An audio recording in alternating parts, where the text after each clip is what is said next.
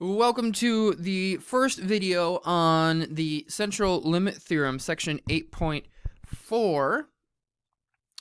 And we're going to start things off by just pulling some previous knowledge up into the forefront that's going to be particularly relevant today. So some things I want us to recall specifically, you can look back at the notes in section 4.3 is where these items occurred.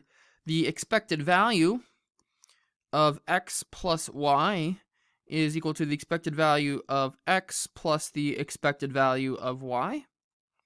And the variance of the sum of a linear combination of two random variables ax plus by is equal to a squared times the variance of x plus b squared times the variance of y, and then plus the cross product term 2ab times the covariance of x and y.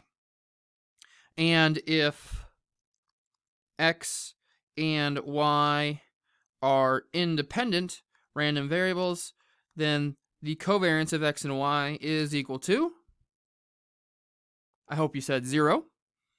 And so then the variance of x plus y would just be the variance of x plus the variance of y.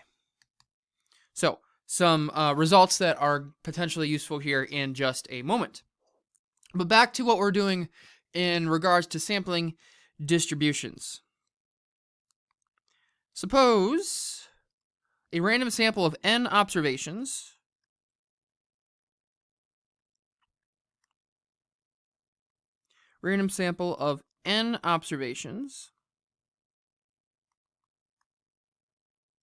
is taken from a normal distribution.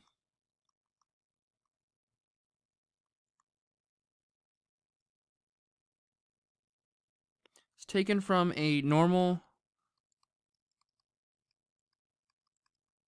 distribution, and it's got some generic mean, mu, symbol mu, and variance sigma squared.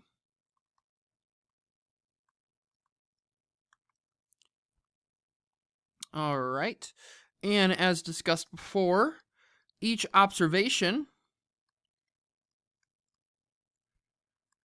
x1, x2, we have n observations, xn, will have the same normal distribution as the population. Will have the same normal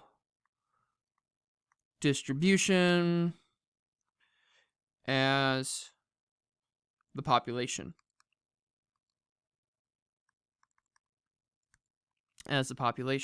So let's think about the sample mean, x bar. Let's think about x bar. Well, x bar is just equal to the sum of all of our observations divided by the number of observations, so 1 over n times x1 plus x2 plus yada yada yada xn. So what's the distribution of x bar? Well, in this specific case, we're saying these observations are taken from a normal distribution. And so each of these observations follows a normal distribution, and so it shouldn't be too big of a stretch for us to believe that if I have a linear combination of normal distributions, that itself is normally distributed. Okay? There's actually a little bit more work to show behind the scenes here, but I think we can forego that it seems pretty reasonable that if each of these has a normal distribution, x bar is just a function of a sum of a bunch of normally distributed random variables. And so x bar here has a normal distribution. What is the mean of x bar? Well, we can pull on some of the results that we have above here in talking about the mean of x bar. So I'll say mu sub x bar, that's the mean of x bar. The mean of x bar then is just the expected value of what x bar is, right? That's the expected value of 1 over n times x1 plus x2, yada yada yada, plus xn. And so we use what we know about computing expected values. constant factor 1 over n can come out in front. So it's 1 over n times the expected value of the sum of the individual x1, x2, and xn. And using what we have in 4.3, we can extrapolate x plus y to any number of sums. And so it's just the expected value of each of the individual ones, which has the same normal distribution as the population. Each of those has a mean of mu. And so what do we have here? This is just going to be equal to 1 over n times, we have n observations that have an expected value of mu. 1 over n times n mu, this is just equal to mu. So the mean of x bar is equivalent to the mean of the population. What about the variance? What about the variance? The variance, sigma squared of x bar. Well, that is the variance of whatever the definition of x bar is, which is 1 over n times x1 plus x2 plus yada yada yada, xn. Okay, and then using what we know about the variance here above, right? When we have a constant, like ax, that's a squared times the variance of x. So we have a constant 1 over n on each of these, so we can factor that out. That is 1 over n squared. 1 over n squared. And then each of the variances of the individual x1, x2, that is the same, each have the same variance, sigma squared. And so this is sigma squared plus yada yada yada plus sigma squared. We have n observations. There are n of them, n sigma squareds. So we have 1 over n squared times n sigma squared. 1 over n squared times n sigma squared. So this is sigma squared over n. Sigma squared over n. In fact, we've seen these results if you think back to the activity that we did in class on the basics of insurance. This was the essence on why we can pool our risk together, resulting in a lower risk than the sum of the individual risks, because the standard deviation is sigma over root n, not sigma over n. But that's neither here nor there.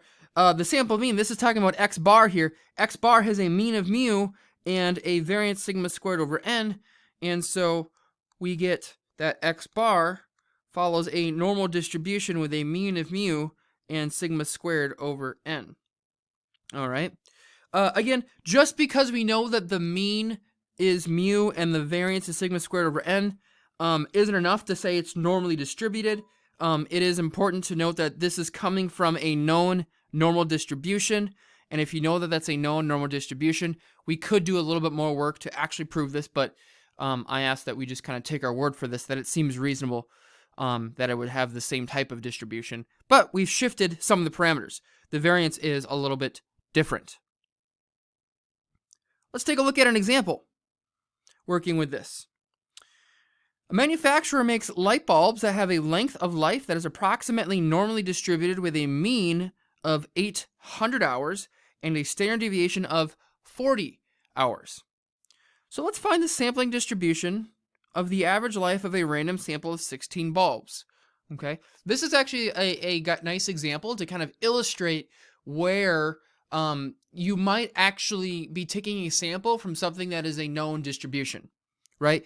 Packages of things, right? Like packages of batteries or packages of light bulbs. Maybe we have a package of 16 light bulbs, right? Let's take a look at this. So what do we have? Manufacturer makes light bulbs. It's approximately normally distributed with a mean of 800 hours and a standard deviation of 40. A standard deviation of 40. Okay, so what's the sampling distribution of the average life of a random sample of 16 bulbs? Average life of a random sample, that is x bar. That is x bar. So in the population, we have the mean is 800, and in the population we have that the variance sigma squared, this is the standard deviation is 40, so the variance would be 40 squared.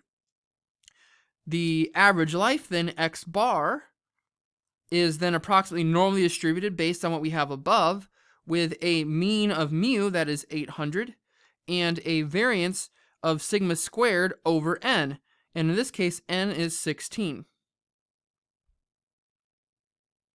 And so x bar is approximately normally distributed with a mean of 800. And what is the variance of x bar? The variance of x bar would be 40 squared over 16, or 100. 100. That would be the sampling distribution. The sampling distribution is just saying, what's the probability distribution? Probability distribution is normal. What are the parameters? It's got a mean of 800. It's got a mean of 800 and a variance of 100. Part B. Find the probability that the average life in this pack of 16 is less than 775 hours. Well, now this is just a normal distribution question, because we know x bar follows a normal distribution. So the probability that the average life, that would be then the probability that x bar is less than 775. Less than 775. And we know that this is a normal distribution with a mean of 800, and so we could convert this to just a standard normal random variable question. We would have 775 minus the mean over 8 over the standard deviation over the square root of 100. And so we run that through a calculator there on the right side. This is the probability that a standard normal random variable z is less than negative 2.5. And less than negative 2.5, we can go ahead and look that up in the standard normal table. 0.0062. Should find 0.0062. All right. And that's that first example. That is that first example. That's that first example. This is sort of interesting when you think about the implications of this. You have a sample of 16 bulbs, right? And you know they come from a population where the average light bulb has a life of 800. And now you're taking a pack of 16 of them, and you're saying, what is the probability that the average lifespan of these 16 bulbs is less than 775? 775 is not that far away from the expected mean of 800, right? If this is a standard package of 16 bulbs, you would expect the average of the average life to be 800 hours, right? And so it's very unlikely, right? This is a less than 1% chance that this package of light bulbs actually has an average lifespan of less than 775. You are pretty unlucky if you ended up buying this package. If you went to a home store, like Menards or Home Depot, whatever, and bought a package of light bulbs, and it said it was supposed to last, each light bulb lasts on average 800 hours. You got a pack of 16, and you kept track of all this information for a couple years, and you're like, wow, I really got ripped off, because there's a less than 1% chance. There's a less than 1% chance that that this actually happened. Got ripped off. That's pretty unlucky. Pretty unlucky. Or that might suggest that the stated mean of 800 is potentially false. Might be false. That might be a false statement. But that's something we'll get to later on towards the end of the semester. For now, we are just concerned with computing this probability. All right. So if you have a normally distributed population, the sample mean x bar is normally distributed with a mean of mu and a variance of sigma squared over n, where n is the size of your sample. We are now ready to look at the central limit theorem. The central limit theorem, Theorem 8.2, says the following. If x bar is the mean, it's the sample mean of a random sample of size n, and this is taken from a population with a mean mu and a finite variance sigma squared, then the limiting form of this distribution, x bar minus mu over sigma divided by root n, as n goes to infinity, is the standard normal distribution. So notice the similarities here in terms of what this is talking about, the limiting form of this distribution. This is essentially the computation we made above, right? This is z, this is x bar minus mu, and remember what we found was square root of 100. The 100 came from sigma squared over n, right? That did come from the square root of sigma squared over n. which is the same thing as the denominator here that's stated in the central limit theorem. So what is this? Why is this different at all? This is extremely different. And this is huge. This is huge. Note that this is the mean of a random sample of size n taken from a population. Population. Not necessarily normal. Not necessarily normal. Not necessarily normal. Not necessarily a normal distribution. This is any population. Any population. Any population, we get this. This is huge. Any population. Any population. This is awesome. This is really cool. There's actually a lot. There's a lot that goes into proving this behind the scenes. The book, if you want to take a look, please do take a look in section 8.4. There's some nice images to help get you on the right track to understand this. We're not going to do a proof, but this is for any population. This says as n goes to infinity, though, right? So you want n to be large enough. This is the limiting form of the distribution is standard normal as n goes to infinity. So this is generally good, quote unquote, for large values of n. Generally good. What's large enough? What is large enough? Typically, in practice, for n greater than 30, we can apply the central limit theorem. Okay? We can apply the central limit theorem. Now, the last example, you might say, well, hey, we only had a population size, or we only had a sample size of 16. Well, that came from a known normal distribution, and so that will always work out. We don't necessarily need to, we're not applying the central limit theorem there. So if the population is normal, the sampling distribution x bar is normal no matter how small n is. The sampling distribution of x bar is normal no matter how small n is. So if you start with a normal distribution, then you know that the sampling distribution x bar is normal. But if it's not, and you have a sample size larger than 30, then you can approximate it pretty well with the standard normal distribution. And this is why we said back when we introduced the standard normal distribution, why was it called standard and why is this called normal, is that so many other probability distributions can be approximated well with the standard normal distribution. All right. So this is great because even if your distribution is, exponential, whatever, hypergeometric, binomial, whatever, you can apply this. And in fact, you don't even need to know what necessarily the distribution actually is. Like in this example. Traveling between two campuses via shuttle bus takes, on average, 28 minutes with a standard deviation of 5 minutes. In a given week, a bus made 40 trips. What is the probability that the average transport time was more than 30 minutes? All right. Let's see what we have here.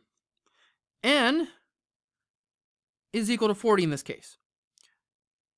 Our sample size, our trips are the samples. We want the probability that the average travel time over these 40 trips in a given week was more than 30 minutes. Okay, well, what is the population average here? Traveling between two campuses takes, on average, it says it's 28 minutes. 28 minutes, and a standard deviation, population standard deviation of 5 minutes. It doesn't necessarily say what the actual population distribution is, but that's okay. We don't need to know that in order to apply the central limit theorem. So let's see, we want the probability, the average transport time, probability that x bar is more than 30 minutes. Probability that x bar is greater than 30. X bar is approximately standard normal. X bar is approximately standard normal. Applying this would be x bar minus mu over sigma over root n. So we want it to be potentially bigger than 30, so we have 30 minus mu, 30 minus 28 over sigma over the square root of n, over the square root of 40. And now this has become just a standard normal question. simplify the computation on the right side. That's z greater than this 30 minus 28 divided by 5 over root 40 is about 2.53. Probability that z is greater than 2.53. And we can use the normal table to look that up if we look at the complement. 1 minus the probability that z is less than 2.53. And we should find that that is 0.0057. Look that up in the table. 1 minus that and be 0.0057. Okay? So the actual computation here in applying the central limit theorem is very similar to converting a normal distribution with a random mean mu and variance sigma squared to a standard normal question. It's very similar to that. But when you're looking at x bar, we have this extra division in the denominator. X bar has a standard deviation of sigma over square root of n. And we're going to pause here at this point in the video on the central limit theorem. That's also a good place to take a break and see if you have any questions on any of the examples we've done so far. And if so, please post those in the comments in the discussion thread below. And we will continue finishing out this with a few more examples in the next. We'll see you in the following video.